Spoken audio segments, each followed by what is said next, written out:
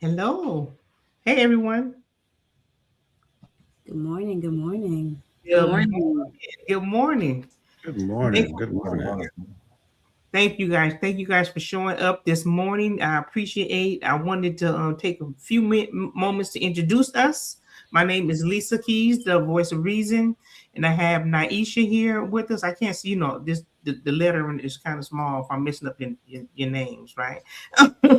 And Adrienne Walthour is with us. She is becoming, and while I want to take a moment to do this special introduction for the Hearts of Men panelists joining us. Thank y'all so much. We appreciate you guys for coming. Um, and we do have someone else we're anticipating who's going to be joining us a little bit later. But I wanted to tell you again, I really appreciate you guys coming. I think that when we had these conversations like this, that it takes all of us to do this together, right? So I'm so happy that you guys conceded and wanted to come and join us. Also, I would be remiss if I did not take the time to acknowledge our chat. Thank you guys so much for being here. I want to go in the chat and say, here's Divine Appointment. I hope you're feeling better. Thank you for joining us in the chat. She was supposed to be here with us, but she was a little under the weather. So I appreciate you and hope you're feeling better. Miss Robin, thank you for being here. Miss Crystal, she's the one in the background doing all the work. So her and Miss Nick D, thank you guys so much because it takes all of us to do this. So I appreciate you guys for being here and joining us. Join in, ask questions. We try to make sure we interact with the chat a lot. So if you have any questions or something you hear us talk about, please make sure that you put your questions in the chat. And if they're along the lines of what we're talking about, we'll make sure we try to get to some of your questions. Okay. So if you guys don't mind, I am going to go ahead and we're going to jump right into this, okay?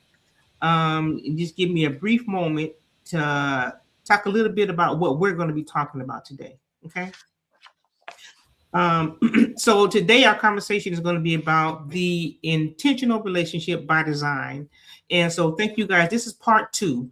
If you have not seen part one, please go back to, you can go to the YouTube channel and you'll be able to find part two of this conversation. So we want to go ahead and finish it out. We had the chat asked us that we would continue the conversation from the last time we had it. So here we are, wanting to make sure that we continue this conversation and allow you to ask any questions again as we prepare to have this conversation. So I want to welcome everyone and I want to ask you a question.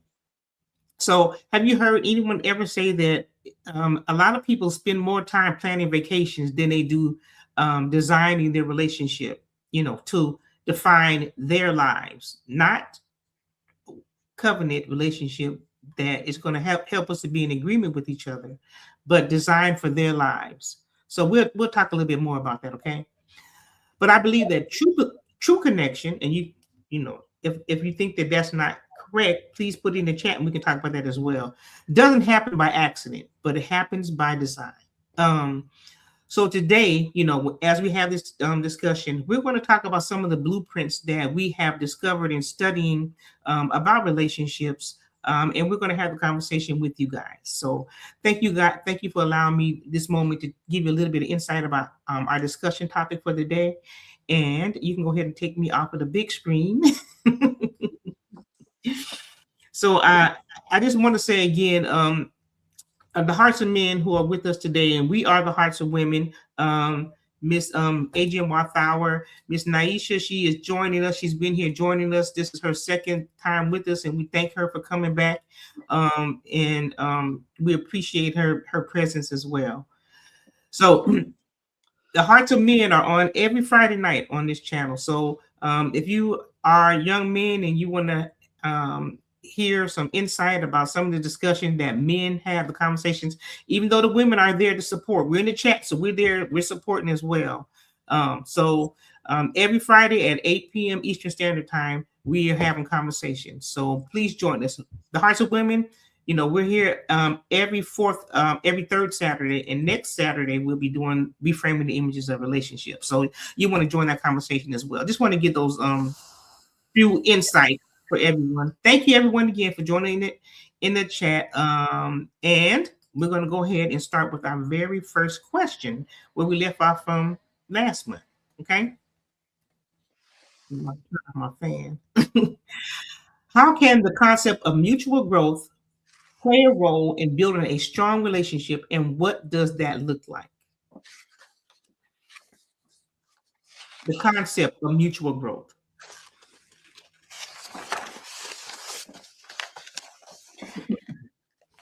Awesome. I don't mind jumping in first. All right. So my perspective on this particular question is that mutual growth plays a major role in building a strong relationship and a strong foundation.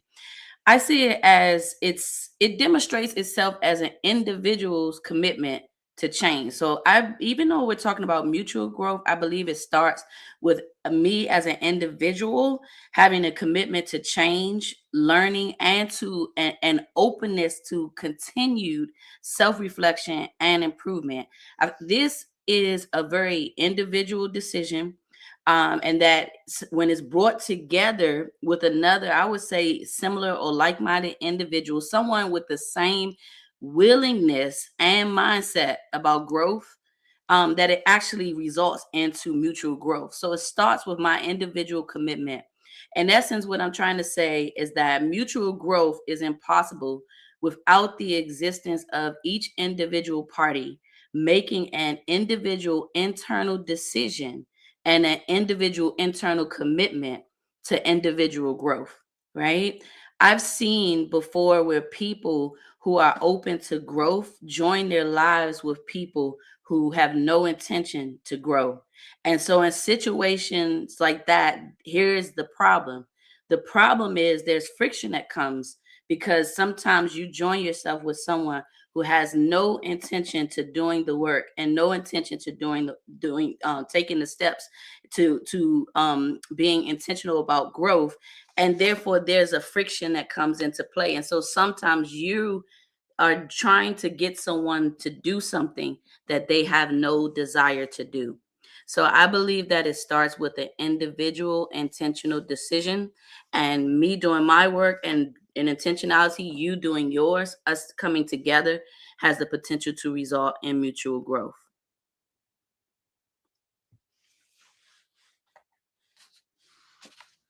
Thank you. Thank Can I muddy the waters a little bit first? you.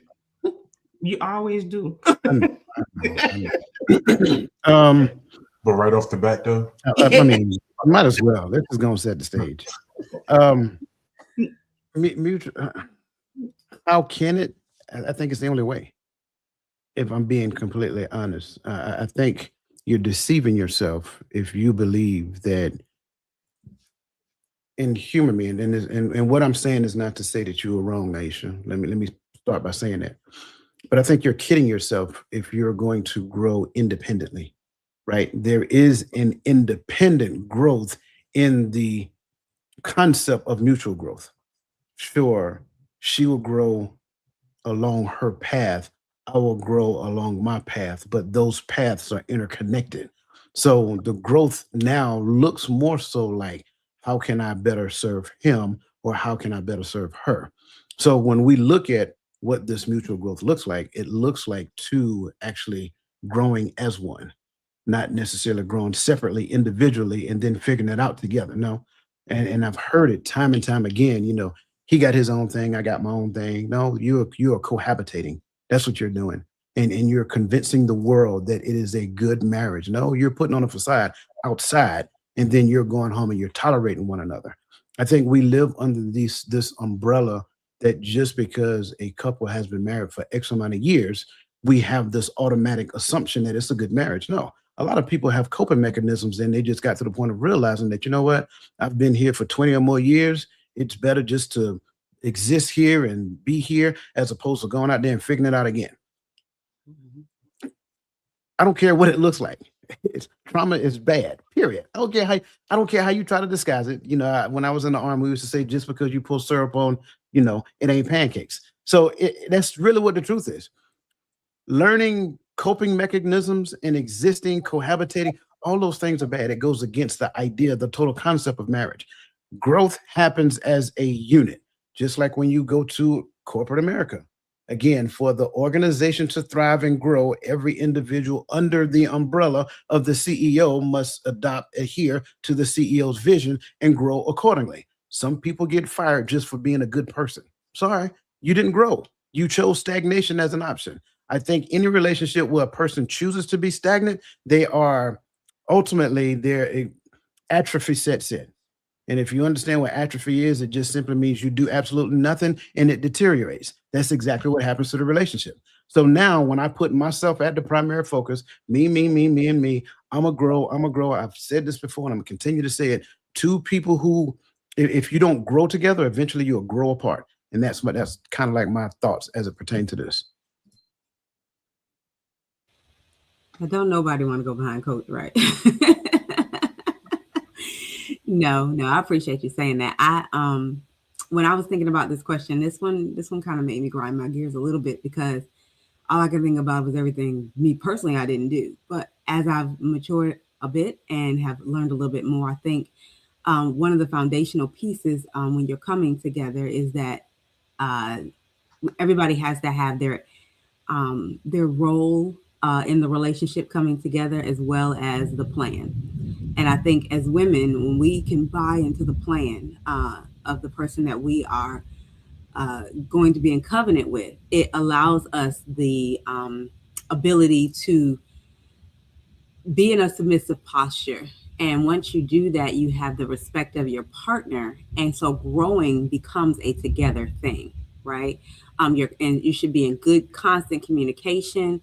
You have that self-check. You have that mirror from your other person, where we see where the other one is not, or where your partner could do better in certain areas, and you have a willingness to do better. And so that, to me, together is the growing.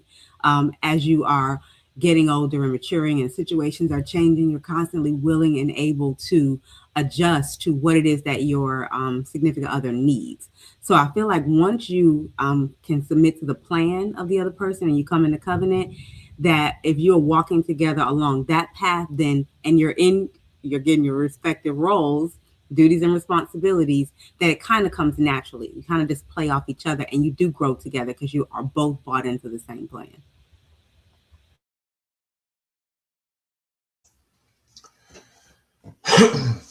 No one likes to go after Coach. No one likes to go last, especially with all this greatness surrounding me this morning. But when I was just starting with the concept of mutual growth, I'm thinking of we're starting where Coach is at. When we're talking about the growing together as one, but then the other aspect, and I think was spoken about already, which is the equality and yokeness, being equally yoked, because we can grow at the same time, but are we growing in the same direction? And sometimes you can be like, well, he's studying and I'm in school and we did, so we both learning, we both getting degrees, or we're both gathering information, but are we learning life separately? Because I think Coach is right. I hear people talk all the time like, oh, you gotta do your thing. They gotta do their thing. You hear people on social media, oh, we need to normalize sleep, not sleeping next to each other, having separate houses. And I'm like, we normalizing some of the crazy stuff, okay? But these concepts are real, that there can be two separate entities cohabit, but they don't use the word cohabitating. They just say existing in the same space, right? Because I even think to cohabitate means, you got to build a home together, but that's just a gaddyism. But I hope right there, like, you got to be moving together. You got to be going in the same direction. How can two walk together except they agree? To me, is a tell-all. It's not just for ministry, but it's for all relationships. How can we walk together except we agree? So if we're not going in the same direction, then we're growing at the same time, but we're not growing together. And so that togetherness, being yoked, I think, is a foundation. So I'm with Coach, is the foundation of building a strong relationship. What it looks like, I think we're in a generation where we're still trying to figure that out. I don't know how we got so far to the left, but I think we're in that space where we're really trying. There is an awakening of people who are truly trying to seek what the Most High wants, in our relationships, in our life, in our homes, in our walk, on our jobs. And so I think we're on our road to learning, to getting back to that. Thank you, everyone. I mean, as I was listening to everyone talk, it made me think about the word cultivation, right? And that was the role given to Adam, right? That's what he did. He was, I think it's in Genesis. I can't remember the scripture text, but it made me think about that, right? And when I heard growing together, made me think about two people coming together. They're out there tilling together. They planted the seeds, and now the root is nourished and is healthy, and now it's growing up, and you'll begin to see the buds of it. That's what it made me think about, right? It made me think about, as I was listening to Niesha, I was listening to Adrienne, I was listening to Dr. Dwyer and the son of Timothy. It made me, those are the thoughts that came to mind, right? Because that's the process of us doing it together as one. And I think that a lot of times, as we hear some of these things that are being said in the environment, like the separate living quarters and all the other things that people are adopting for individual convenience, is not covenant, us coming together and mutually growing together. So that's what it made me think about as I listened to everything everyone said. And I want to ask this question as well. So when you think about cultivating, what is your thought as it pertains to covenant marriage? To me, it's preparation, right? It's just kind of like going back and doing a comparison to what it's like to have a farm. And you just can't go just drop the seed in the ground and expect it to grow. You have to cultivate the ground. You have to till it. You have to get the weeds out. You have to get the rocks and all of the things that prevent growth from actually happening. You have to get those things out. Well, the same thing happened in the marriage, right? The Bible says, husband, love your wives like Christ loved the church. So the man has to go on a journey to understand what it looks like for Christ to love her church, to love the church. I know a lot of women like to say, well, he sacrificed his life. Stop. Listen, stop. There's a lot that he did before the sacrifice. The sacrifice was the culmination of what he did, right? Look at what he did prior to.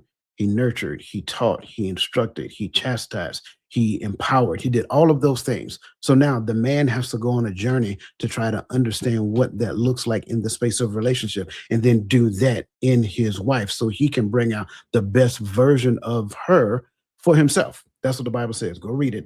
It says, husbands, love your wives like Christ loved the church. It continues to say, wives, submit to your own husbands. And then it says that Christ, as it continues to go down, it says he sanctifies her by the washing of the water with the word, so he can present her to himself spotless and blameless. So that's his responsibility, to cultivate her so that she can continue to grow and develop and flourish so that she can be presented to himself. So when you look at the cultivation, it is work for the man to bring out the best version of that woman. Not what Big Mama taught her, not what Papa, not what none of those folks said, because a lot of times, and I'm just saying, if they weren't teaching the word, they were teaching their own versions of what that looked like. And a lot of that wasn't good. So we try to move the ego out of this space of relationship so that we can be best suited for one another.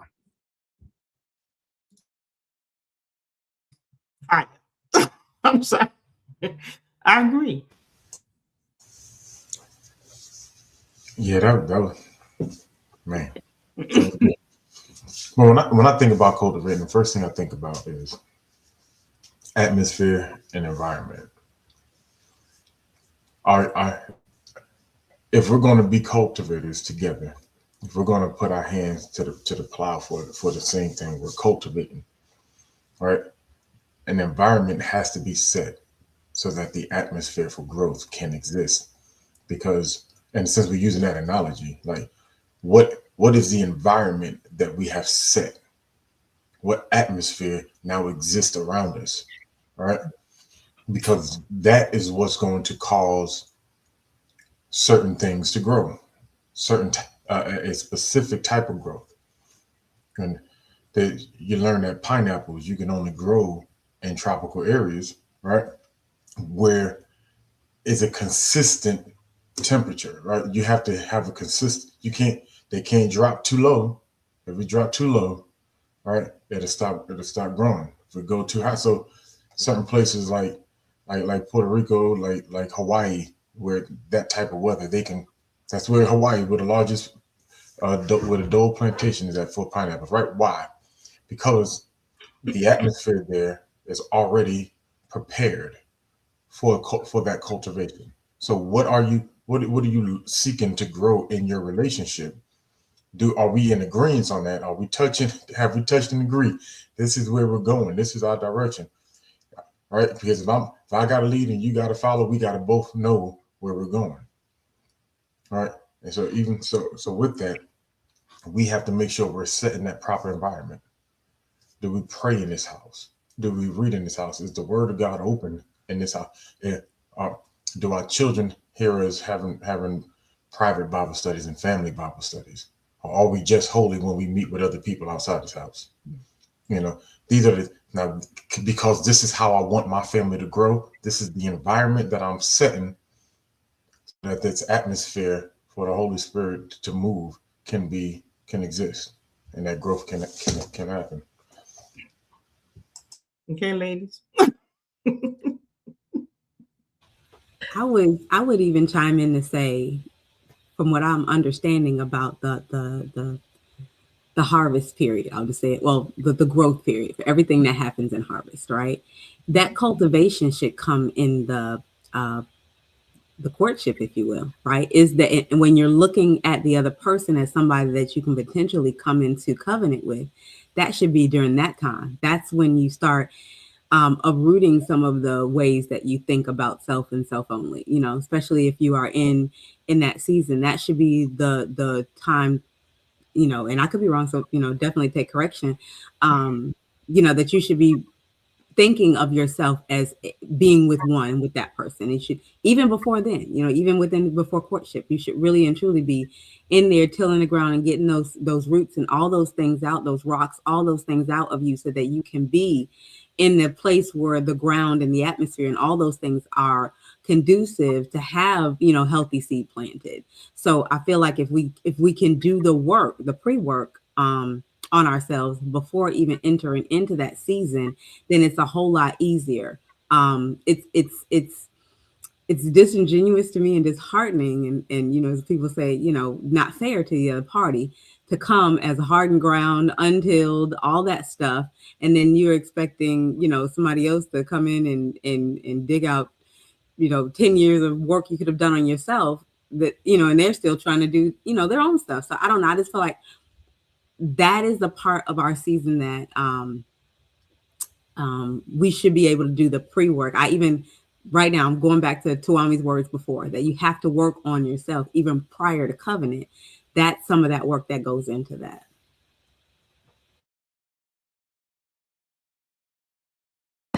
Thank you, Adrienne.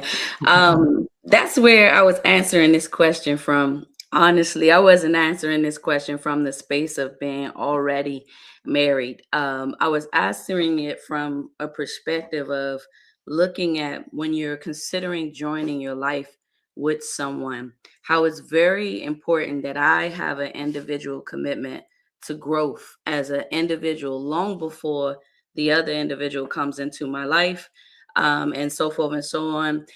And so when we link up together, because we have the desire to grow already before we even cross paths or before we come together, then there's a good chance of us being able to make a decision that we're going to not only that we're going to grow together if this is the road that we really feel like we are being led to go down. I agree with you, Adrienne, where it's pre-work that has to be done.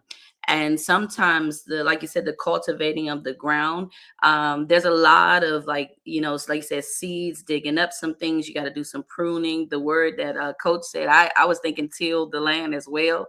That there's going to be some things when you come together, you're going to have to do together as a unit. Yes. But there's also some things that has to take place, or that is good to do in the beginning stages as well. And my thought was that if I'm committed to, or you're committed to growth as an individual before I come into the picture, and I'm not, and I link with you, you know what I'm saying, in life and on journey toward covenant marriage and things of that nature, here's where we find some of the issues that we see today, is that sometimes people have joined themselves in covenant with individuals who are perfectly fine where they are, have no intention of growth, development, individually or as a unit. You know what I'm saying? So if I don't even have that intention by myself, then the reality of me coming together with you and thinking that I'm going to suddenly get on the court at that moment for the sake of this marriage, it may not be the case, and I think that just in experience and seeing, you do see situations like that, but by the time individuals catch it, unfortunately, they're catching it after they have made a decision to be in covenant with one another, So I just wanted to share that was the perspective I was coming from. Was not necessarily in covenant. Now we're marching in the same drum and to the same direction. I was thinking about the pre-work that Adrienne mentioned. Thank you. I appreciate it. The uncle's in the house. So we were just asking. I don't know if you were listening in, or if you wanted to add to before we move forward. We were just asking, what does the word cultivating mean to you, or what does it look like in understanding us being in a covenant relationship together? If you don't want to answer it, that's fine. I know you just coming in. I think you're on mute.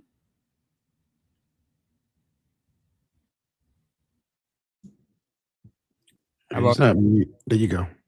Yeah, Okay. I had the wrong microphone, wrong mic hooked up. So I will be brief about it because I missed a lot of the context and stuff like that. So when I hear the word cultivating a relationship, I immediately go to gardening. Before you start planting a seed, for a healthy garden, like someone was just talking about the pre-work that goes into it. If you want to be able to grow a 1,000-pound pumpkin, you got to get in there and you got to cultivate that soil. That has to be prepped. And it goes in long before you actually put that seed into the ground to grow that big pumpkin. So the same thing within a relationship. The part of the cultivating is what is going on in the relationship prior. If we're speaking the goal being marriage, I'll use that. What's going on in the relationship, or what's going on before we get there? How are we tilling? How are we nurturing? How are we feeding our relationship in a way so that once we do, say those vows or plant that seed, that it stands a better chance of growth and longevity. But again, like you said, the root work has to be done literally and figuratively when it comes to cultivating relationships. Thank y'all. You know what? It just makes me think about some of the things that I'm listening to, right? Is that, a lot of these things I didn't know, until recently. And so I love having these conversations as we're growing and we're all learning together, and we come together several times throughout the week, the months, to continue to grow and learn and understand what being in this community really means and how to make it healthy. I think that's one of the things that we talk about a lot, trying to undo some of the things that we learned in error, I would say. and now understanding truly what it means for us to be in relationships. So I really do appreciate these conversations that we have, and I appreciate each and every one of you. And I wonder, again, thank everyone who's in the chat, who's participating. If you have any questions, please ask your questions pertaining to what we're talking about, and we will try to get those in. So now we're going to go to our next question, if all hearts and minds are clear. Okay. What does it mean to have a framework in a relationship, and how does it help to establish a solid foundation?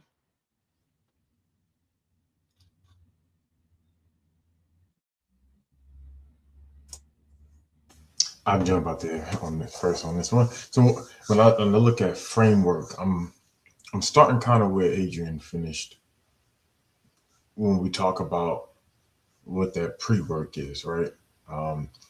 Because you're working on ourselves, but what am I working on as it pertains to relationship? Because do I gotta be established in my career? Do I gotta have $100,000 in the bank? Do I gotta have the nice fancy mansion already and have all the nice cars? Or I gotta be able to have all of this. Is that what I'm working on before I get in a relationship, or is it internal? Is it my person, my spiritual, my walk, a lot of things now? And I'm a little bit careful, because in relationships we learn a new life, because now we're growing with someone else. That is vastly different than growing by yourself. So you do have to, I believe in leaving myself that little bit of grace to grow with the person that I'm supposed to align with for the rest of my life. Because now, who am I in relation to you? Not just who am I, right? But for me, it starts with who am I in relation to the Father, because that's where my identity is found, right? My identity is not just, I know we always talk about the makeup of, things I've gone through, where I'm from. That's a piece. But who is that person in relationship to who the Father is? And now I begin to build framework, because without that, if I can have all the Bible I want, but if that relationship there, if I don't have that identity there, and who am I in the Father, I won't have any understanding of anything that I learn. I can quote every scripture, but I won't be able to have true understanding of what that is supposed to look like when I begin to build a relationship. Because now I'm building a relationship based off of my perspective of what the scriptures are saying, not based off of what the teacher, what the Spirit is showing us. And so I'm right there with Adrienne, but I think we have to be purposeful in not just doing work on ourselves, but what work are we doing on ourselves to prepare ourselves to coexist, being intentional in that space. So that's why when we talk about framework.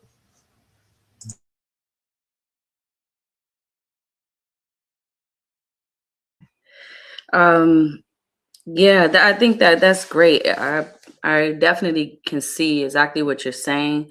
When I thought about this question, I was thinking about how the essence of like an actual framing, like when even in the space of like organizations, a lot of times organizations have visions, they have like a framework, and I think about in a relationship space, it's actually to me the guiding principles. Like what are going to be those principles that are going to guide this particular relationship? I think about it as these are our boundaries. This is what we're going to be led by. This is our beliefs, what we believe in, the values that we have, as a unit, or in this particular relationship. It actually is, in essence, I think about it, the way we're going to function. It defines the way we're actually going to function in this relationship, as if it's like our blueprint, right? That the two people have. It gives a guide for how we're going to interact, with one another.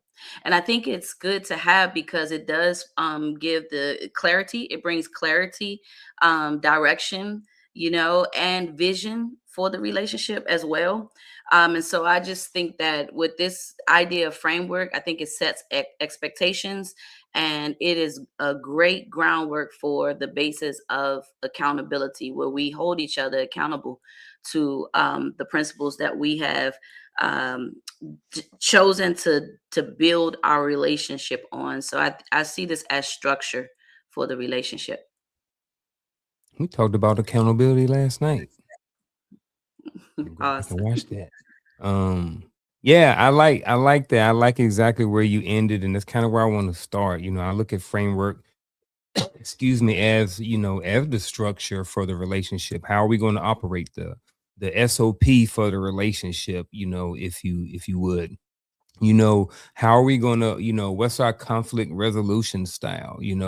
How do we handle conflict when things come up? How do we handle, our finances? What are, expectations? What about boundaries? All of those different things that's in the relationship, so I think that's to me what the framework is. In a sense, it's the structure of the relationship.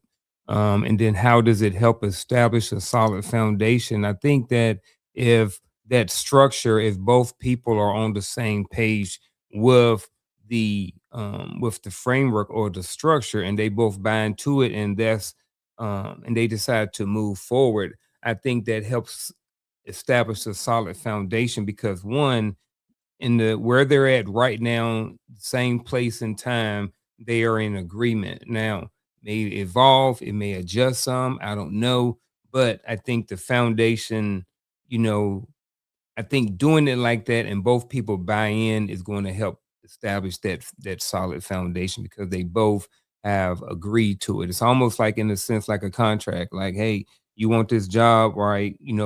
We come together, in order to be. Well, actually, let me take that away, because that's more so a job something. It's not necessarily two people partnering together. So, but yeah, I think it's structure, and then all the things within the structure. And then I think that it helps establish a solid foundation just by both people being in agreement with it.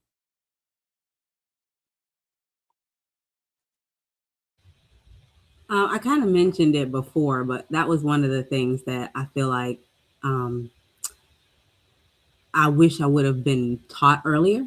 But I've come to understanding now, as I'm in my growth season, is that once you have met that person, it doesn't. A lot of stuff has to go out the window. The stuff that the world teaches us, right? I don't care how cute nobody is. I don't care what they drive. I don't care what they got. None of that stuff. If you can't buy into that plan, you don't have a framework. If you can't see the Most High through that person, you don't have a framework. If you don't have common uh, goals and respect for the other person, you don't have one. And so in my, just from my perspective, being able to see where it is that that the person that you want to connect with, you want to submit yourself to, is going, right? Understanding that as the two of you are growing together, that the plan that they have for their lives, the Most High has for their lives, that they are working out, that you're in agreement with, because that essentially, to me, causes a lot of fractured relationships, right? And then you find people who have been in relationships that'll say stuff like, well, I didn't agree to that. You kind of did.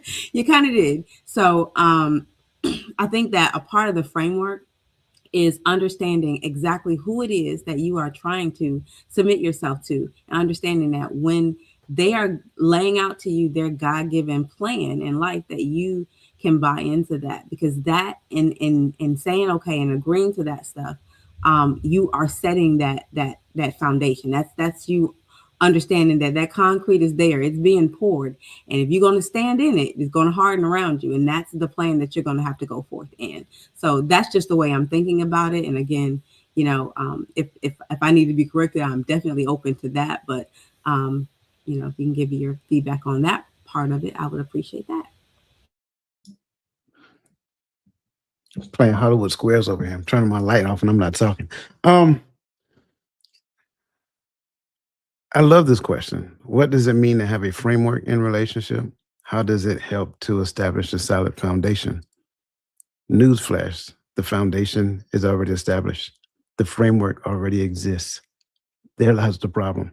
We think we have to create it. We think we have to. The only thing we got to do is fall into it. That's it. We fall into it.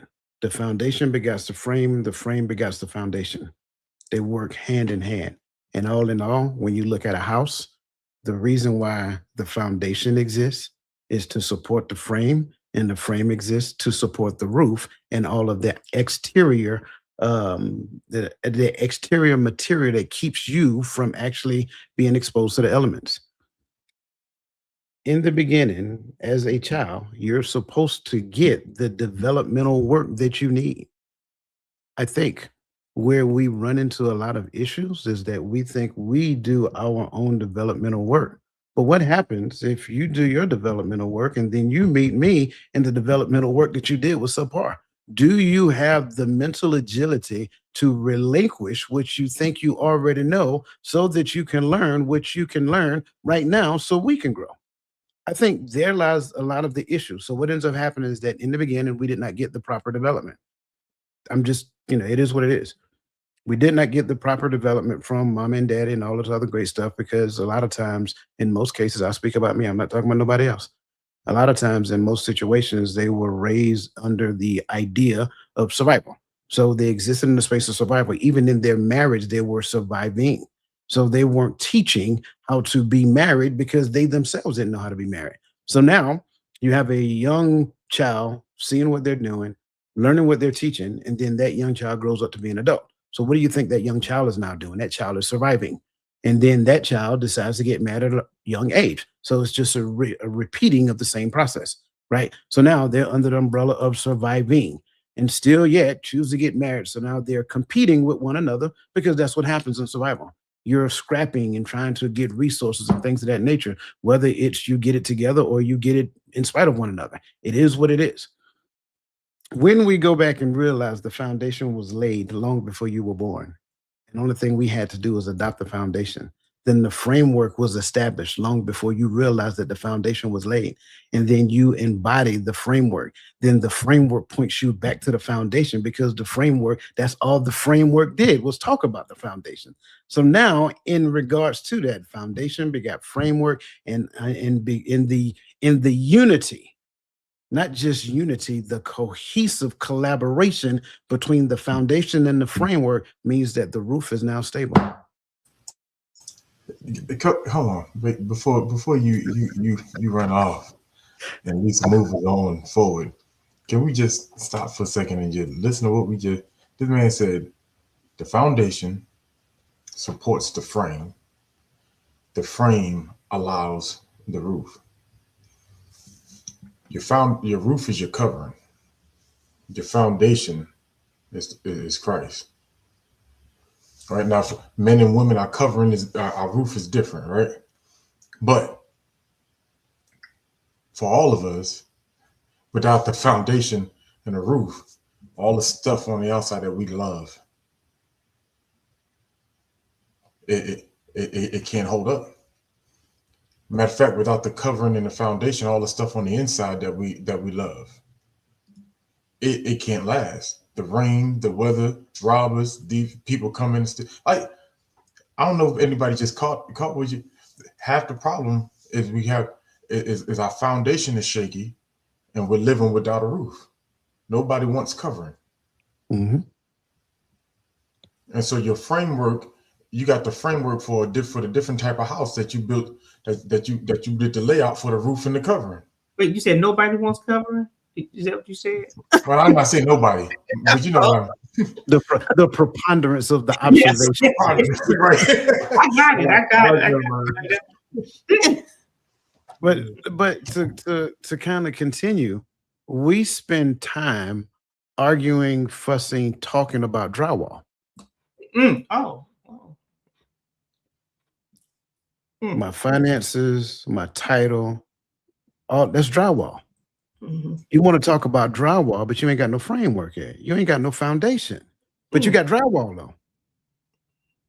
I got pictures to hang up. Yeah, you got pictures. We ain't even got the drywall because we're still arguing about it, but I got pictures to hang on it. You got pictures to hang on the drywall that you ain't got yet. Like, think about it. The thing that we're talking about, in most cases, just pay attention. The thing that we spend our time talking about is not the problem itself. It is literally the result of the problem. we're arguing because we think we're trying to decipher a relationship. No, we're arguing about roles in relationships. That's really, I don't care what. Two things come about when people are arguing in the space of relationship. They're either arguing about a role or they're arguing about authority, because in all actuality, they don't agree to authority. Those are the only two problems that exist in a relationship, period. I don't care how you cut it. Whatever topic of discussion, pay close attention to it. It falls into those two categories: authority or roles. It's that simple. There is no other relationship conversation. Mm. Either I don't want to be under authority and I'm going to fight authority every opportunity I get, because I view the word submission as slavery, which is not the same thing. Submission and subservient is two totally different things. Exactly. Or I don't want to assume the role that, you know, and I'm just, I talk about men. I don't want to assume the role. I don't want to be responsible for her growth and development. She should come fully packaged, fully executable right now.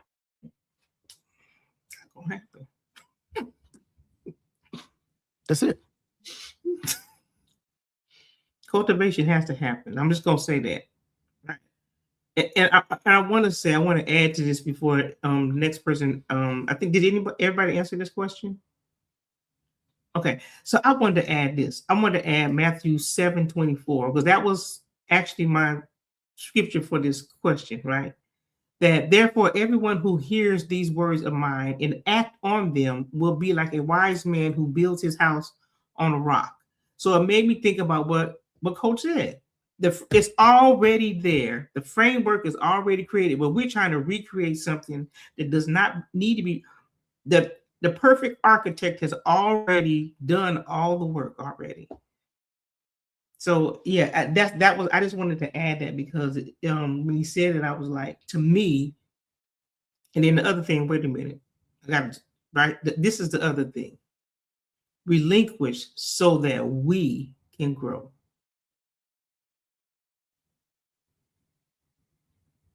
Now, does that seem like it may be difficult for us to do?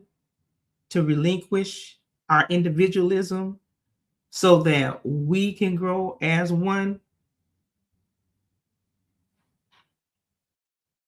I'm just going to, if you have anything else to add, I'll be quiet. Sounds.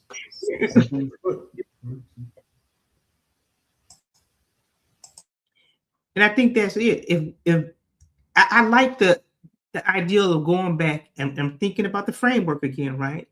Where we can identify two areas that come up in the conversation, or when there is some disagreement, right? Or unalignment. You said roles and authority. So that's going to be an exercise for everybody, right? That when you are having these discussions, whoever is listening in the hallway, may not be in the comments, that if you're in a relationship and you find yourself having some disagreements of sorts, to take your time and think about it before you say anything. Use some forethought and say, is this an issue with authority? Is this an issue about roles? I think that's helpful, because that's why we're here. We're here so that we can have these conversations, so that we can do this better, and continue to build on a solid foundation. So those are two things I will, suggest that we, would do. So I just wanted to add that. Anything else before we go to our next question? No, we're gonna burn that one up. I got material for days. I don't want to take it all up. Go ahead. You want to take it up? Nope. Okay. So question number 7 is, how can we apply the principles of accountability in our relationships to exercise growth and understanding?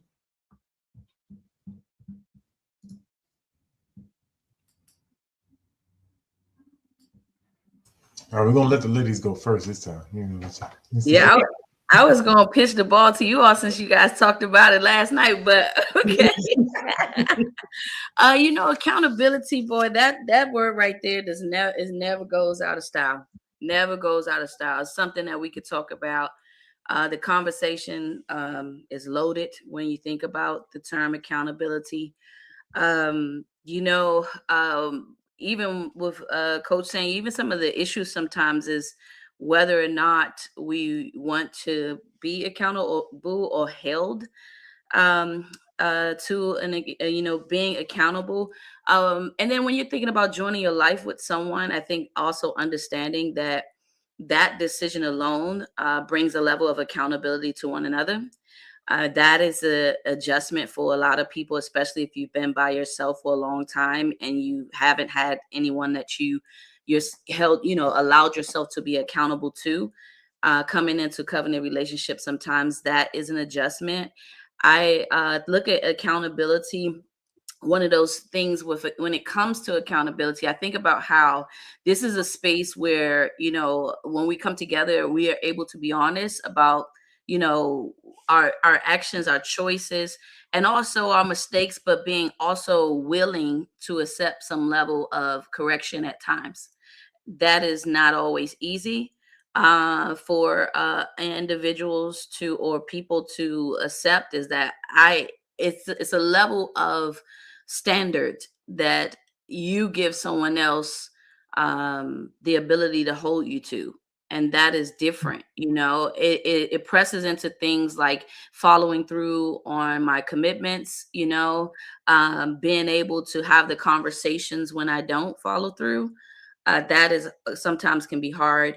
Also, understanding what's going on with our partners, the people that we've come into covenant with as well, even if I don't agree.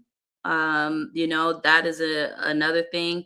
And so I feel like accountability kind of it transforms things. So when we open ourselves up to accountability, we can now understand that accountability transforms things like conflict into, instead of it being a conflict, it could be a space of learning or opportunity of learning.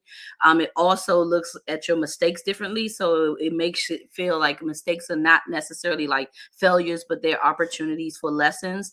And also in the realm of partnership, accountability help us look at each other not just only as a partner, but actually that we're on the same team.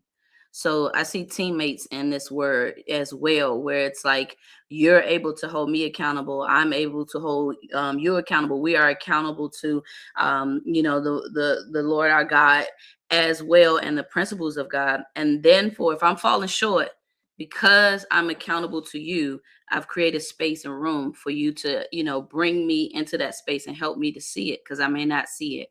So that's why I think it helps with growth, and it does establish a level of understanding that we have for our particular relationship. So I'll pause there.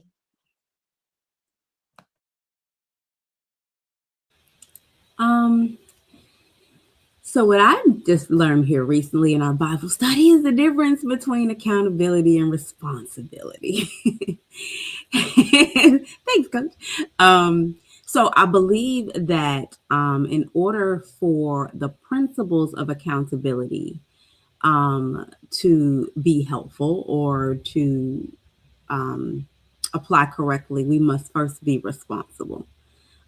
We understand what it is that we are, our roles are, and what we have first laid out, in the tilling of ourselves, and then the planting of the seed in the relationship, and what it is that we're responsible for. So if I'm continuing with the gardening concept, who is responsible for the fertilizer, who's responsible for the watering, right? So having being responsible for your own particular duties within the covenant has to be there. Like, you have to show up for what it is that you're responsible for. And then once your responsibility, I believe that you are being responsible, the other person holds you accountable for what it is that you are now not being responsible for. So you first have to commit yourself to the responsibility in the relationship.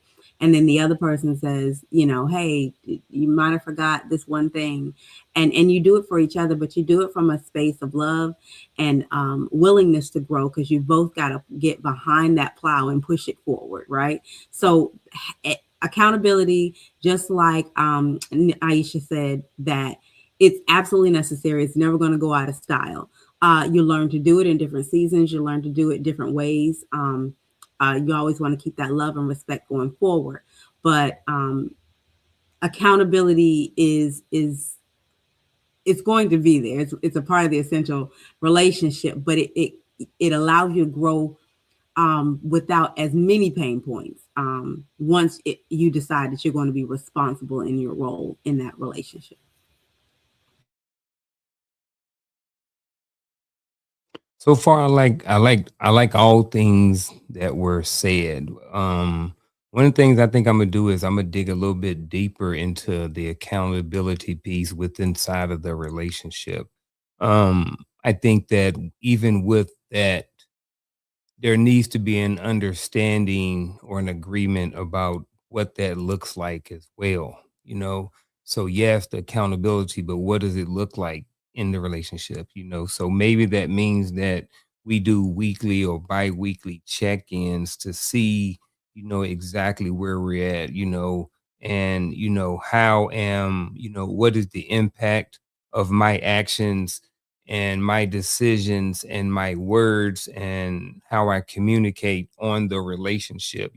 What have you noticed in me over the last couple of weeks or whatever like that? And then also another thing is how how we choose to bring accountability to the other person's attention.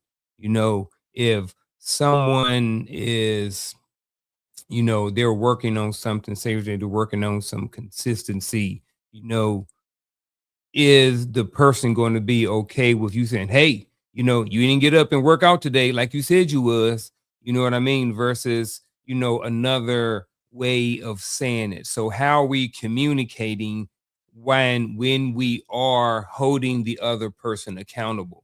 Because one of the things we talked about last night was having that accountability partner, and that person needs to be in what's the word, um needs to be in embedded. What's the Stakeholder. word, coach? Stakeholder, that's the Stakeholder. word.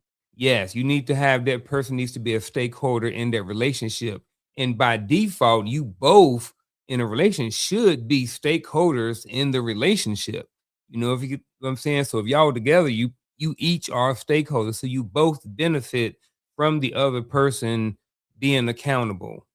So again, you know, how does that look like in a relationship when we need to hold someone accountable?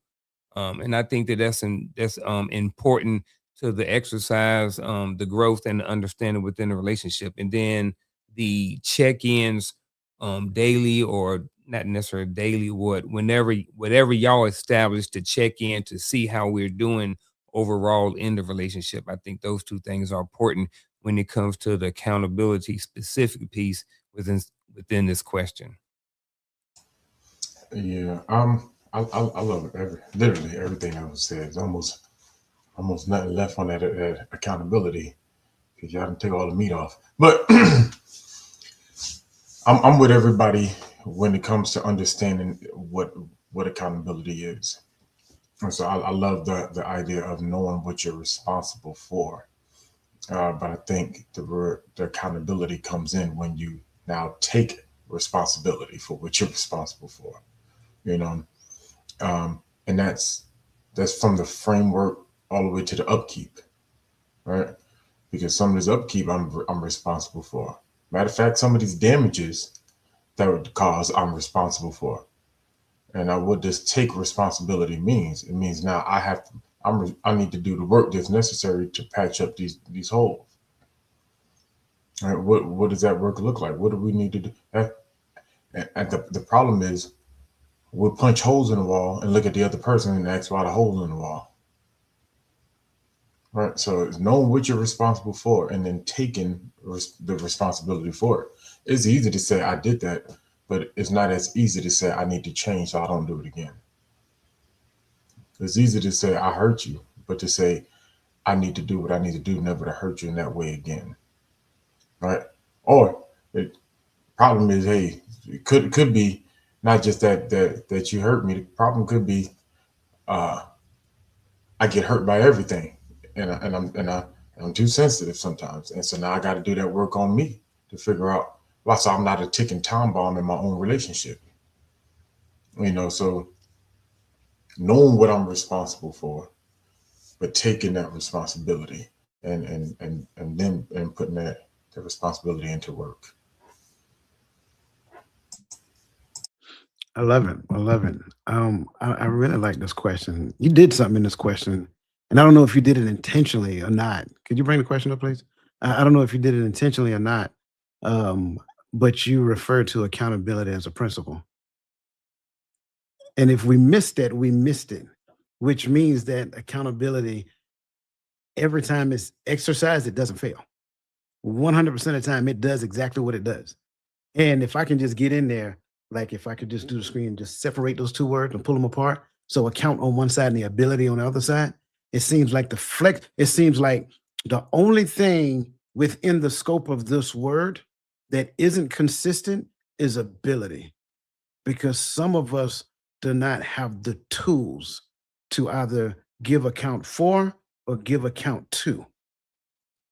So now in the space of that, I love the fact that Gaddy, I love what everybody said, but I like when Gaddy, you went back to the house, because I don't think we can get away from this frame, right? So now I take responsibility for the things that were put in my charge.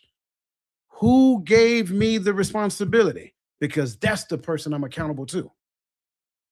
That's the part I think we miss a lot of times. See, a lot of times we get into these connections and we get to talking to these people all kind of sideways. No, I ain't got to do that. You shouldn't have to do that. You shouldn't want to do that, because now you're in error.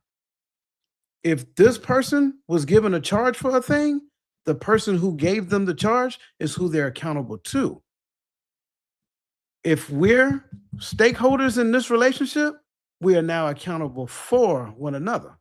So now, in the midst of this connection, like, hey, not go put the trash out. That's funny. It's not go put the trash out. It's like, hey, you still gonna put the trash out? You know what I'm saying? That's a whole nother conversation right there. Because when you come at me sideways, go put the trash out. I ain't putting nothing out. I'll put it out when I get good and ready to put it out now. Just because you came at me like that, I'm gonna prove to you. Like how Fred said, who you think I show you. You know what I'm saying?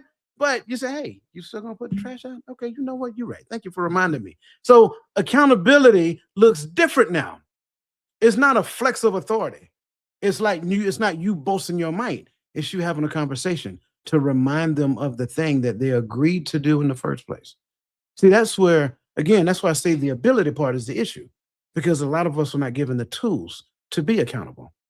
And so in the space where we're supposed to be accountable, we run from that responsibility. But in the space we was never given charge to be accountable to, we actually take that on as though that's our responsibility. No, it's not. It's not a husband's job to stand over his wife and beat his chest like he runs the house. You need to go around there and clean that kitchen. No, bro. You know what? How about change that tone? How about say, hey, you know what? You still gonna clean the kitchen? I know that's passive aggressive. Y'all don't judge me, right? You still gonna clean the kitchen? If not, don't worry about it. I got it, right? I got it. Don't worry about it. You go sit down and watch TV, right? Now, listen. If you heard what I said, you heard what I said. No. I don't worry about it. I go sit down. I got you. So that's the thing, though. When we look at the ability is the problem, not the account. The account is already there, and he's already deposited in our account. He's already deposited in our account. Now, do you have the ability to access the account? Were you given the right tools to access the account? That's going to always be the concern. Some of us just want to walk in the bank and say, hey, give me my money. Man, who is you? You got some ID? No, I ain't got no ID. Well, how you think you're going to get something if you ain't got no ID? If you can't identify with the person that is on the... Come on, man, y'all. I'm going on mute.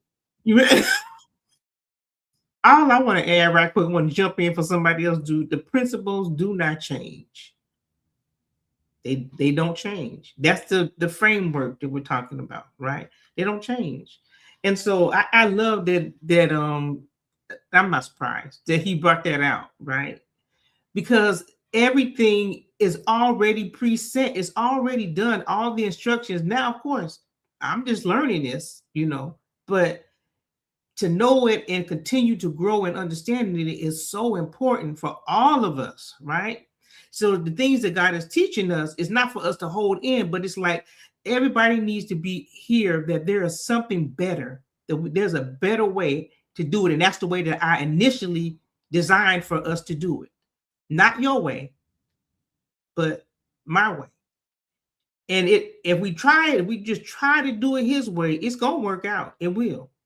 So I just love that you brought that out, and I'll be quiet. I didn't know if everyone answered that question. I was going to say, but can we talk about how we come and we say, "Oh, honey, are you going to take the trash out the first time?"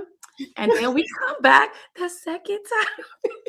And next week it's another time. Can we talk about that? No, I'm joking. This might not be the venue, but hey, I got a response. I'm about to say you in the right. You in the right place.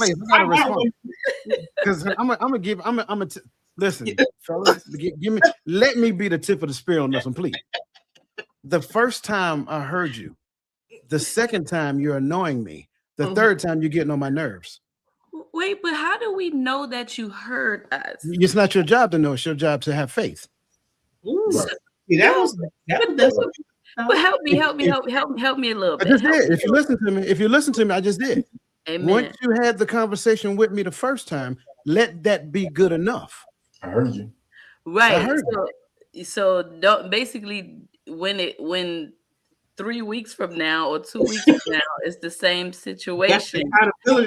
I just need to have faith in that moment. That's it. If trash bag is sitting there 3 weeks later, we got a problem.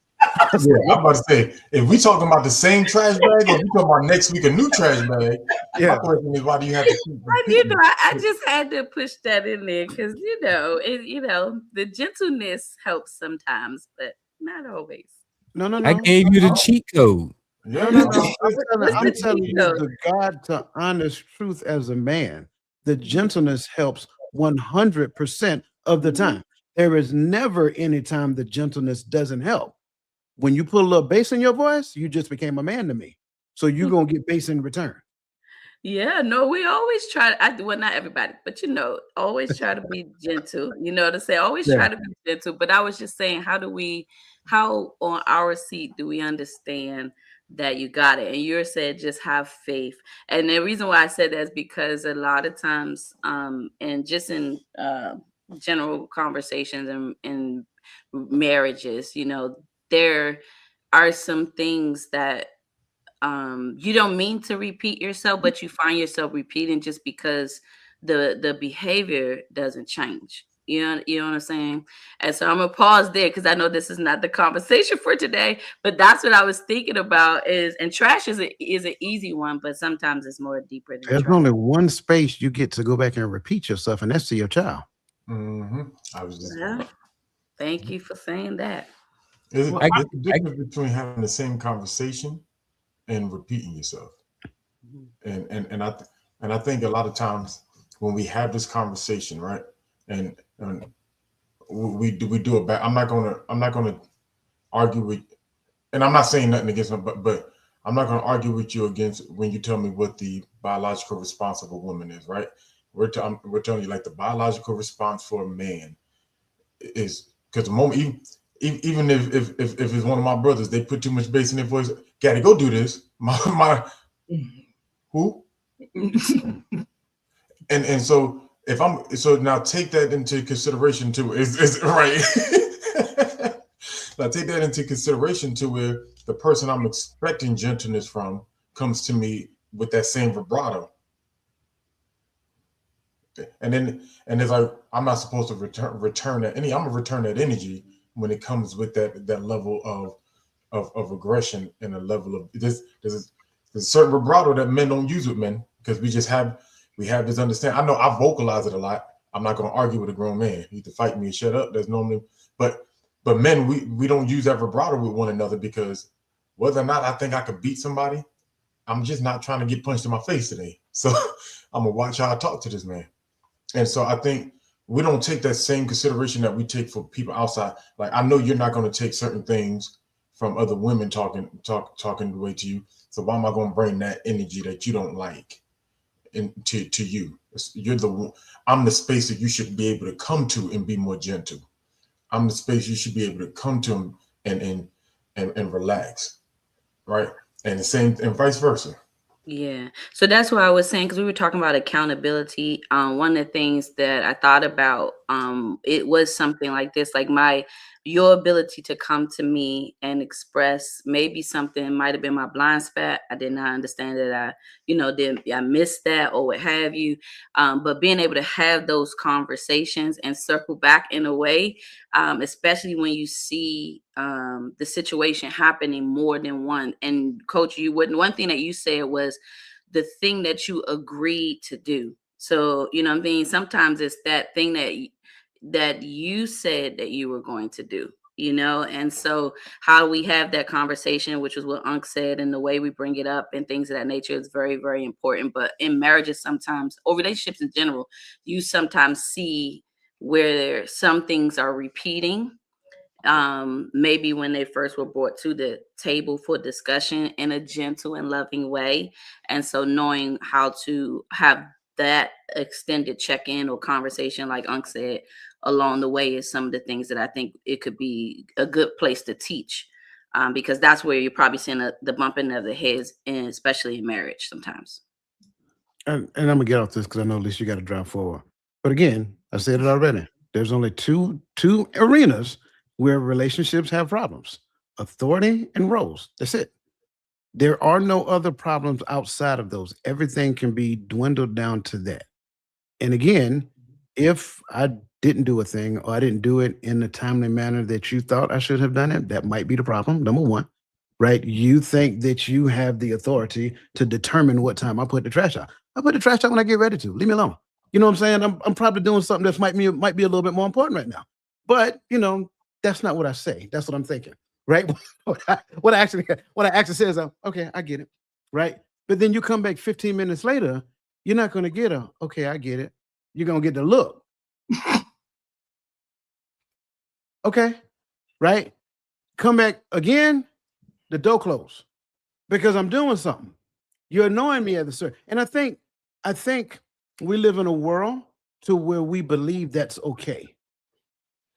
We live in a world to where we believe we should normalize like behaviors that are not collaborative.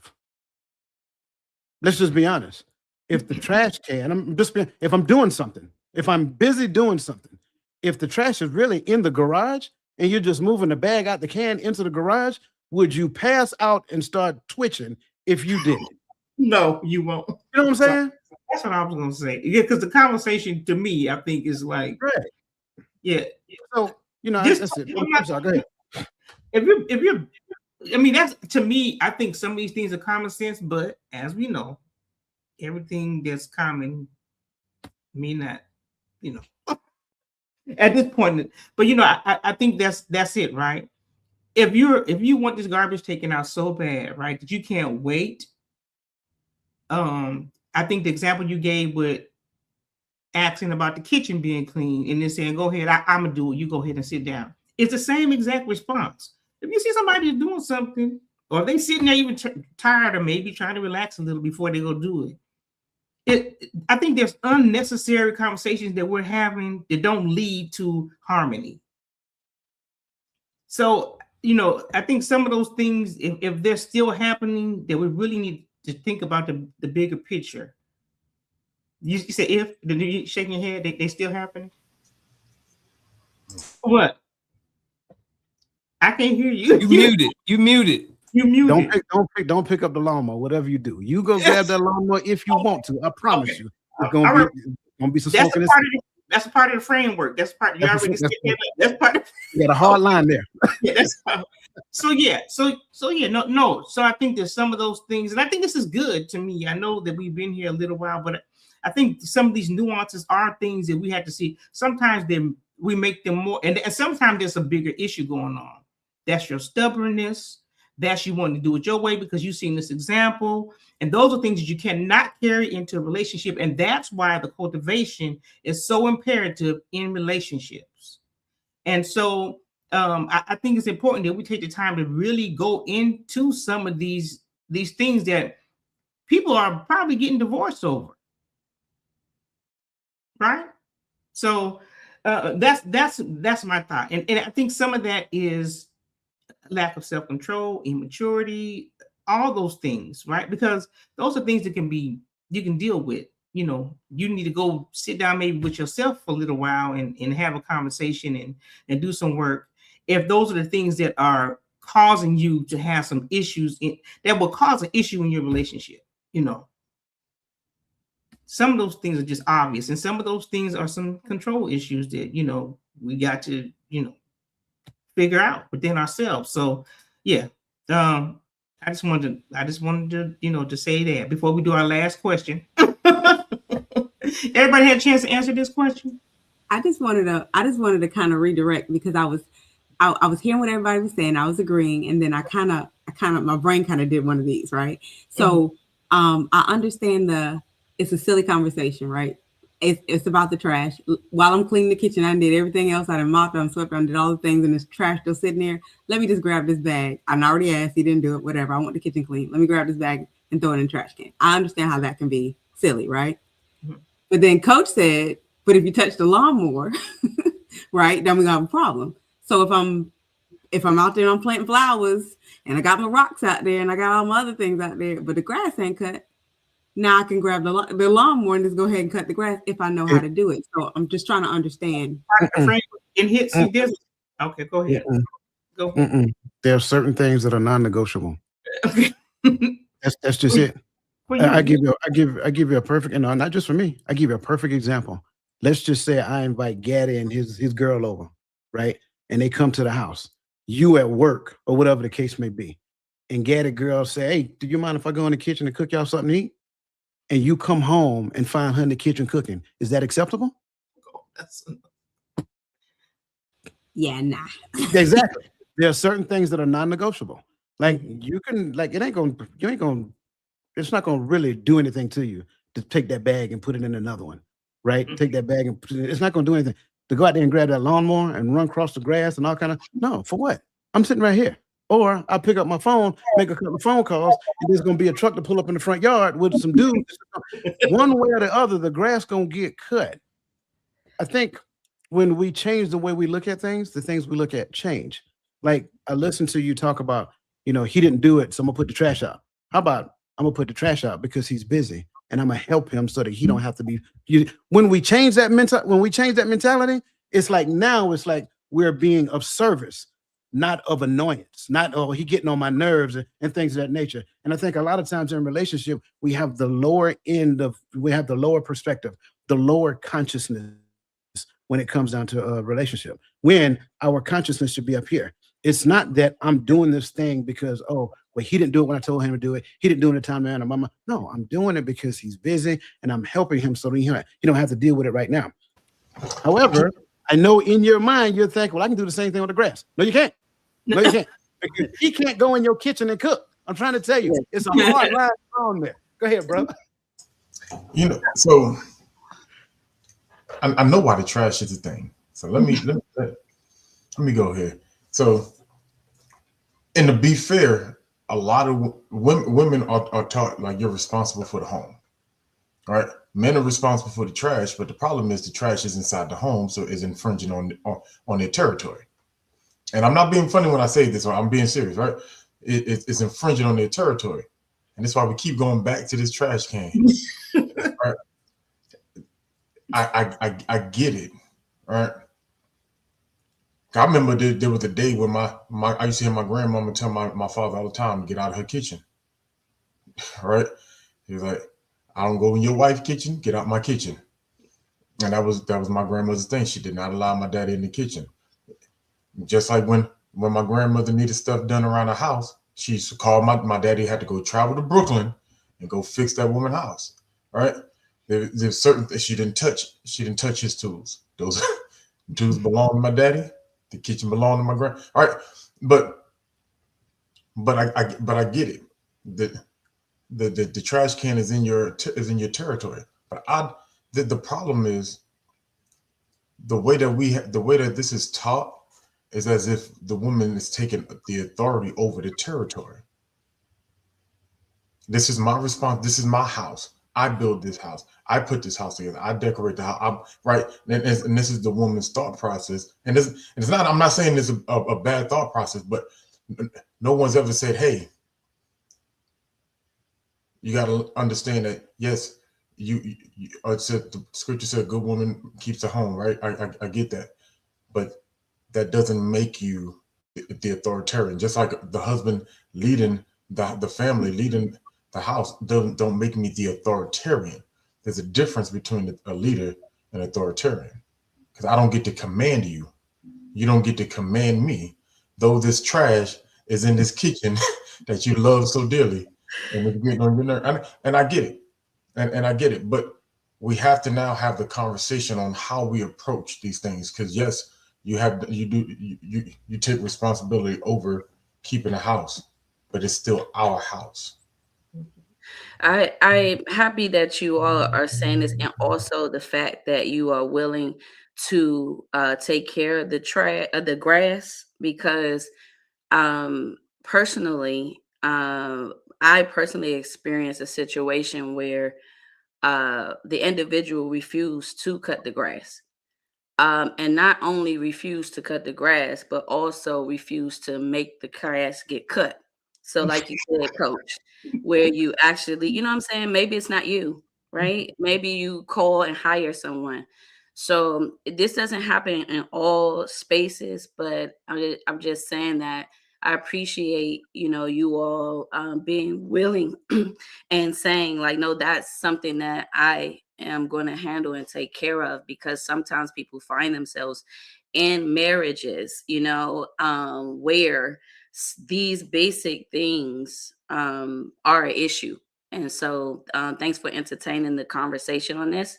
I appreciate it. I think when I hear them, and thank you guys, I do appreciate it. I know we probably I don't know if we're gonna get to the next question, but I didn't want to leave beyond here without saying that there are some things that take this way beyond something going on other than trash, right? So if there is a behavior that is being set because I have to do this all the time, if I say, okay, well you're busy, and that part of your responsibility, right, is to do what you said you were going to do, but then you don't, then that's something different than the trash. That's something different. So I did want to say that, because it's something way beyond just the trash or the. I'm gonna end the debate. Crystal Everett said that she don't understand trash. It's part of cleaning the kitchen. So. But honestly, like, just being funny, like, I never heard that before. So this is the first time ever hearing that taking up the trash was part of cleaning the kitchen. So, but I don't want to spend the whole conversation. It was just something I thought about when I saw that. No, but those are some of the nuances. So I think the conversation about responsibility and accountability are important in this framework as well. So, and I don't want to forget, before I do this last question, I don't want to forget the thought of always thinking about those two aspects of relationship, if there is some contention in it, the role or authority. Those were the two, right, Coach? Okay. And before we go on to our last question, and I really enjoyed this conversation, really, truly have. I think this question is going to join this whole conversation that we've been having together. The next question. How can a focus on serving one another transfer our relationships and reflect a deeper understanding of love?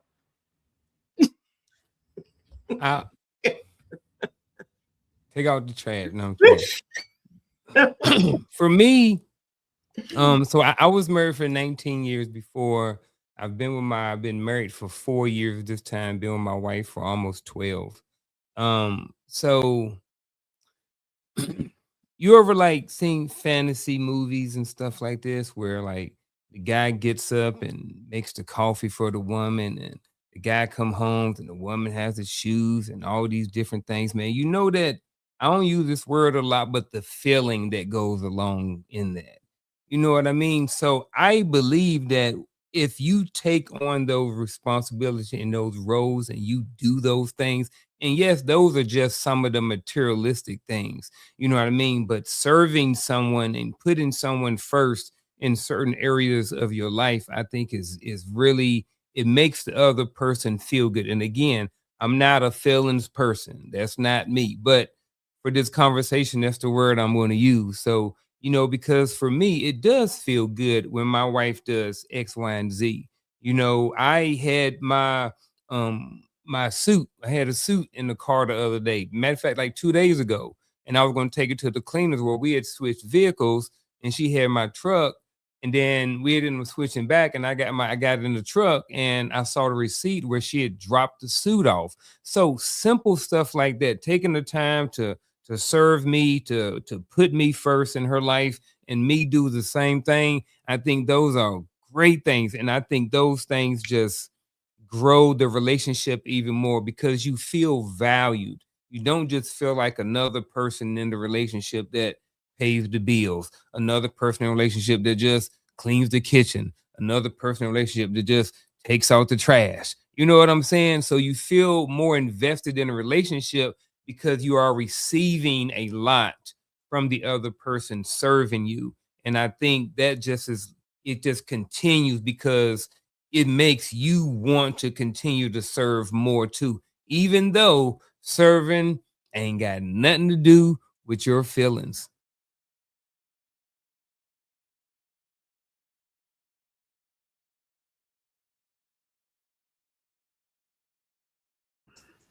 I think we can let the gentleman take the lead on this one. I do. Reciprocity. That's how you can transform our relationship.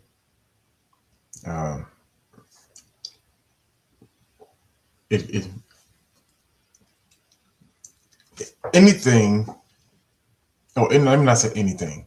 The energy is where I find the currency conversation at for me. Oh, 50-50. If I'm talking 50-50, last thing I'm talking about is $1. All right. I'm talking about 50-50 in the energy and what we're bringing into this marriage. Same thing with the conversation of what do you bring to the table? Oh, any man asking a woman to bring something to the table. I'm not talking about your money. I'm talking about the energy. If I'm coming in this relationship to serve you, and you're coming in this relationship to be served, eventually I'm in about a year or two, depending on how fine you are, it might be 5 years or 2. You know, let's just be honest. Some people put up with more things depending on how fine what they're dealing with. Men and female, they both do it. So, but depending on how fine you are, anywhere from 2 to 5 years, I'm gonna turn around and realize I'm the only one in this relationship. I'm the only one putting in to this relationship so that you're comfortable in this relationship, so that you're getting what you need out of this reciprocity. And here's the problem with servitude, right? Or servanthood, because I know depending on how you use that word serve, people get mad, right? To serve, this, whatever. All right. But that servitude, here's the thing. I can't serve you how I want you to be served. Then I'm not serving you. I'm giving you what I want to give you. Right. And so we have to really understand that causes, because you said, how can it cause us to have a deeper understanding of love, right? Right. It causes me to understand you better. If I'm going to serve you, I'm going to have to now learn the things that bring you joy.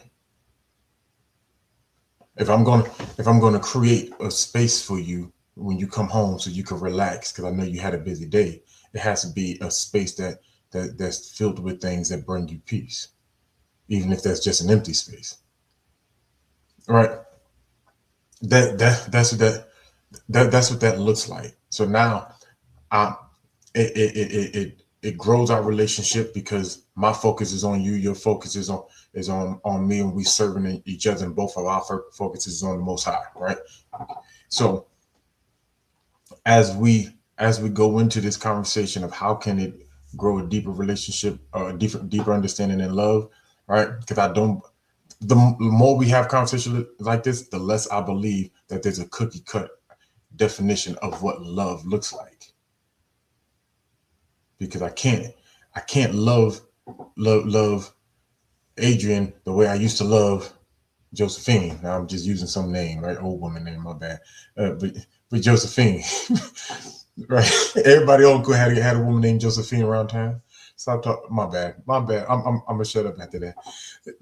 but I have to now spend time to learn Adrienne and what she needs, what's going to make her smile, and vice versa. But I'm talking about it in just a one directional way. But how does it benefit? It's reciprocity. That energy has to come from both ways.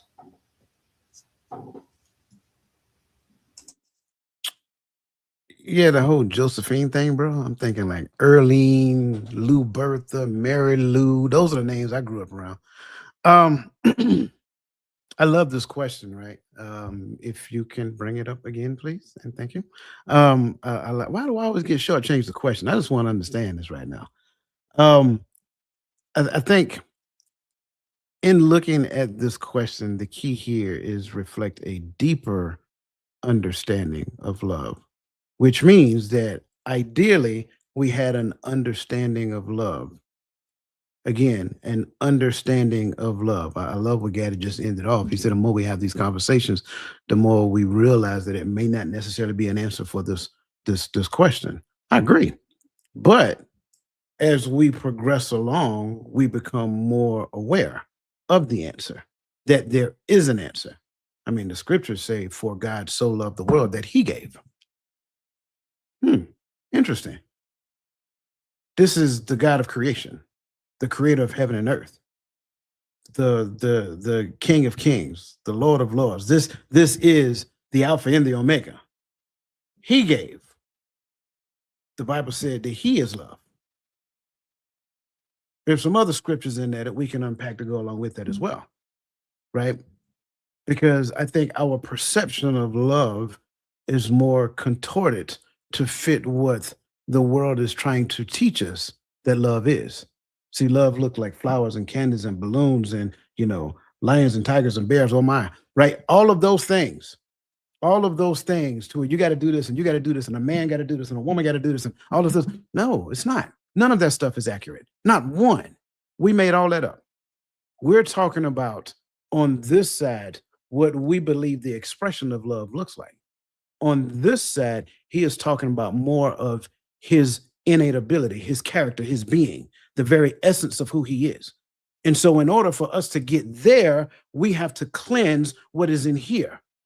And to cleanse what is in here now makes me a reflection of what is there. So Gaddy is right. In this form right here, it is virtually impossible for me to express the purity of that. But as I understand it, I become more of a reflection of it. And I don't dwindle it down to just a simple act. Here, this means I love you. It's the dumbest thing on the planet. When we go and we really stop and think into it. Well, if they don't do this, that means they don't love you. Nope, stop. You're bitter. You're angry. Go sit down, be in the corner and be taught. There lies the problem. We got the wrong people teaching the thing that they have no earthly idea of what it's about. And they're trying to turn it into servitude. They're trying to turn it into slavery and make it sound as though it's something that it's really not. Because really, we were put here to serve. That's why you feel better when you do a kind act for somebody else. So now, when you get down to the core competency of the person that you're in relationship with, the mutual exchange of value. So it's not that I'm just doing a thing. Here's this book because I was thinking about you. No, that's simple. Sure, I can have a thought about you and get a thing. That's not an expression of love. It's an expression of thought. That's all. But we've always conflated these things and made one thing what it's not. Me cleaning the kitchen is not a reflection of love. It's a reflection of responsibility. Me cutting the grass is a reflection of responsibility. It's not a reflection of love. We're confusing things and making something that it's not. None of that is reality. The only thing that love is your reflection of the Most High. When you get that, then you'll stop trying to manipulate people to serve you and you be their master. Get over yourself. It's not that serious. And you ain't that great. Say it with your chest. Say it with your chest. No. I don't want people to think I'm angry, man, but it really gets under my skin when I hear other people try to tell somebody, put a person in bondage. But that's Like- good though. That's good. You are distinguishing that what's not love, which with what is love, because those distinctions. I mean, those distinctions need to be heard. You know, it's not. This is not love. You get me flowers is not love. It's a thought. It was a kind gesture. It's. And I'm be honest with you, most men just do it because they don't want to hear you complain about it. Listen, I'm gonna tell you the truth. Everybody else gonna lie to you. I'm sorry, not these brothers right here gonna tell you the truth too. We're gonna tell you the truth. Everybody else gonna lie to you. Oh, honey, I was thinking about it. No, you know the day was the 14th, and if she ain't had nobody by the end of the day, you was gonna like, yap. Ain't no man want to do that. That's the only reason why okay. I wish another dude was in the chat to confirm what it is. I'm just being honest. He ain't lying. So he in bondage. So that's saying he's in Yes. bondage. That's exactly what. Okay. Go ask somebody else. Go ask somebody else. I think I'm lying. Go find another dude and say, I want you to be honest with me. Don't sugarcoat it. Tell me the truth. Do you feel like you have to do something on Valentine's Day, on Christmas, on my birthday, on anniversary? If he says yes, that's called bondage. That means he didn't do it of his own free will. No, you know how you get the answer to that question? You ain't got to talk to him. Ask yourself, what am I going to do if he don't give me something on Valentine's Day? What I'm going to do if he don't give me something on my birthday, if he forget our anniversary? Trust me, he knows what you thinking. He knows what you going to do. So you don't want the and we don't want that smoke. Now that is bondage. That is bondage. Sensory overload over here. Okay. All that yap. That's sensory overload. Right. Like I got my PTSD is stirring up again. I'm gonna need you to calm. Simmer down, bro. Simmer down a little bit. Simmer down. Okay. I know we've gone over time, but I do thank y'all.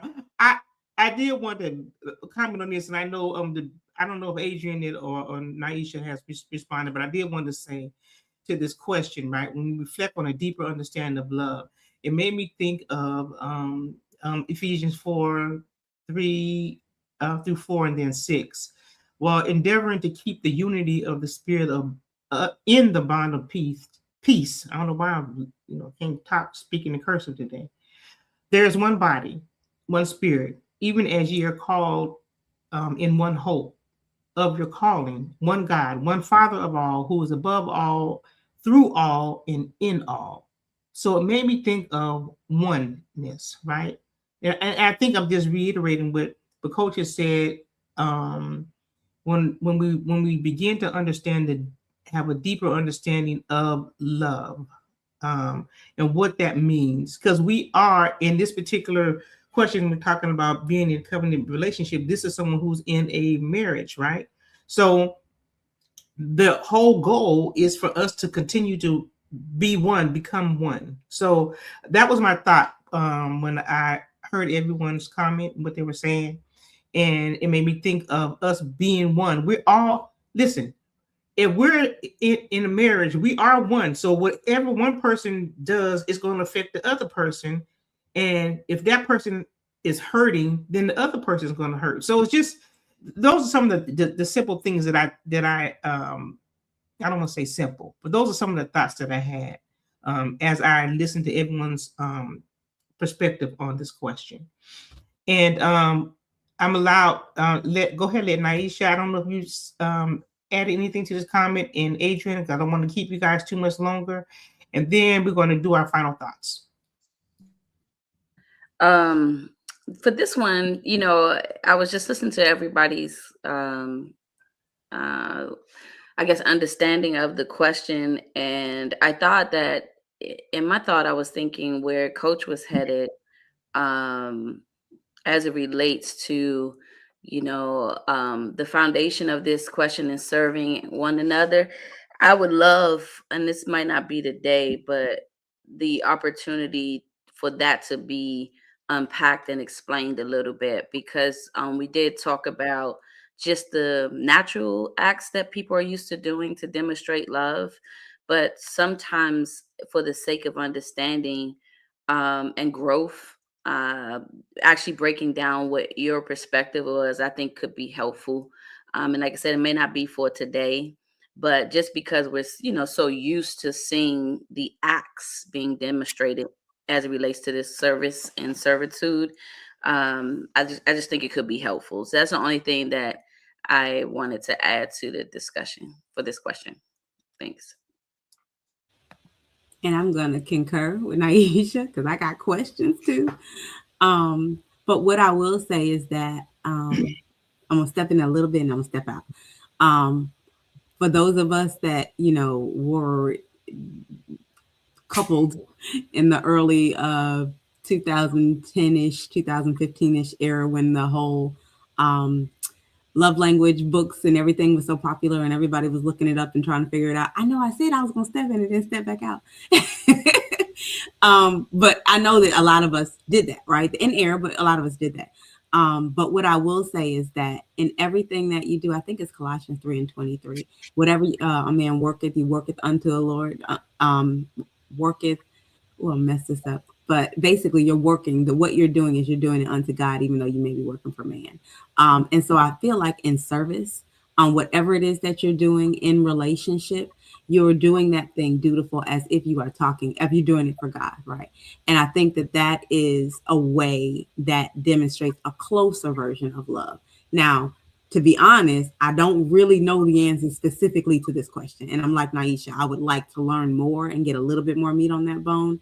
But I have learned at least that much, that whatever it is that I'm doing it as if I am working for the Lord, even though it is not, it's meant for man. It's going to benefit the man. It's going to benefit the relationship, but I'm doing it unto him. Is it not? My bad. My bad. What were you going to say? Okay. Huh? She said, even though it's not. Is it not? Why is it not? If I'm doing something even unto man, and it's not service unto the Most High, then what am I doing? I'm being honest, because even when we do well unto others, is that not commanded? We're gonna talk about this on TikTok Live. But we're gonna talk. Yeah. and I give everybody a snapshot. It depends on the source in which you do it from. Oh. That's why I said previously, if you're going to have this, if I'm doing the thing just because I don't want to deal with your emotional response, that's not me doing service unto you. Mm-hmm. But it depends, like 3-part being, which part is doing the drive, which part is driving the train, which part is doing the work. That's the thing we have to understand. Thank you, sir. So as I said earlier, well, thank everyone. I want to thank the Hearts of Men for joining us in this conversation. We can go on more, but I don't want to keep y'all on here longer. I know Adrienne said they was experiencing bad weather there, and I want us to go ahead and do our final thoughts and TikTok Live. You can find us on TikTok Live under the Mindset Coach, under the Available Man, under the Voice of Reason. I will be hosting tomorrow's TikTok Live Sunday brunch at 11:30 Eastern Standard Time, and we're gonna continue this conversation. So I look forward to to continue the conversation. So we're gonna go ahead and do our final thoughts. If we could be brief, I know I've held you guys for a while. So we'll start with Miss Niesha, Adrienne, Uncle Junior, son of Timothy, Dr. Dwyer, and then I'll end this out. Take us out. Awesome. Well, thank you once again for having me. It was a pleasure to be with each and every one of you. And thank you for everybody who was engaging in the chat. My last words is simply this. When you're thinking about relationships and covenant relationships, as it was discussed, there is a blueprint already. And so I would just encourage us all to lean into the blueprint that's already established. You can see it in the Word of God. There is a bride and a bridegroom in the Bible itself. And so we have structure, as it was said, and framework through that. So you can't go wrong when that is your source, and when that is your guide and God is your source. So be encouraged, everyone, and just know that you don't have to try to figure this thing out. There's already a guide that's in place for us. So use the Word of God. It goes a long way. So Thank you for giving me the opportunity to be on this panel today. God bless everyone and have a wonderful day.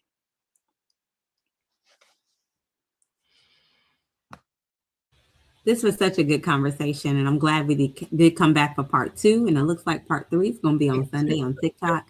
I do appreciate the Hearts of Men joining us and giving us that perspective. It's so good to have men who have a heart after Christ, who are able to level with us and give us some good information that we can use.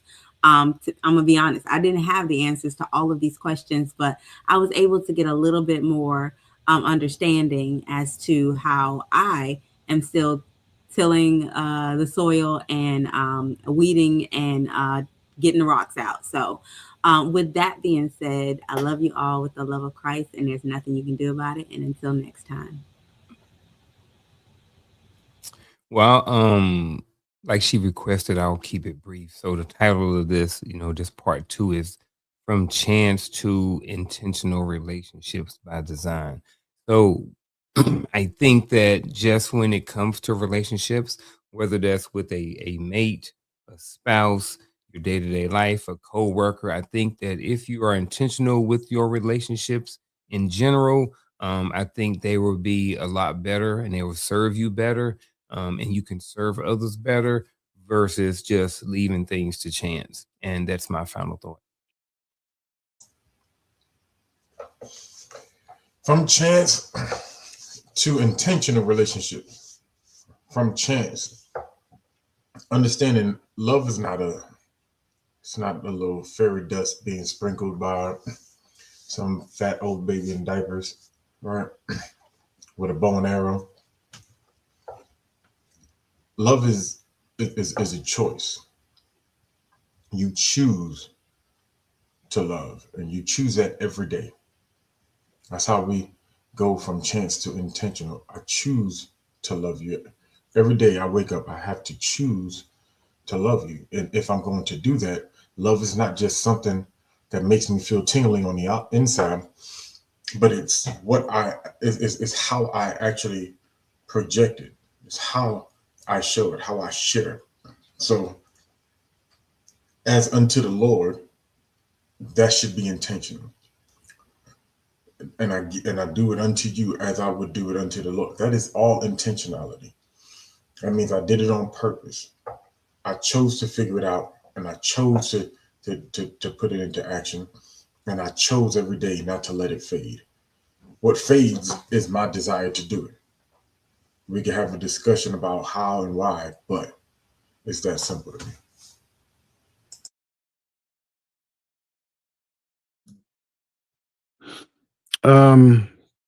I enjoyed this conversation. Greatly appreciate what everybody had to say about it. I'm gonna say it like this. Keep it simple.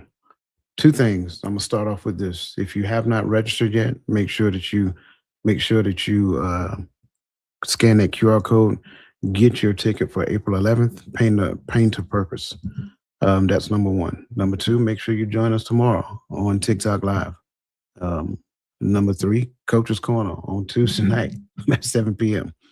And number 4, and obviously the Hearts of Men on Friday night. And number 5, the thing I'm going to say, if you have a faulty perspective of what relationship is as it pertains to what the Most High said, it's probably because you got the information from the other Father, which is not the Father of glory. And I'm going to land right there.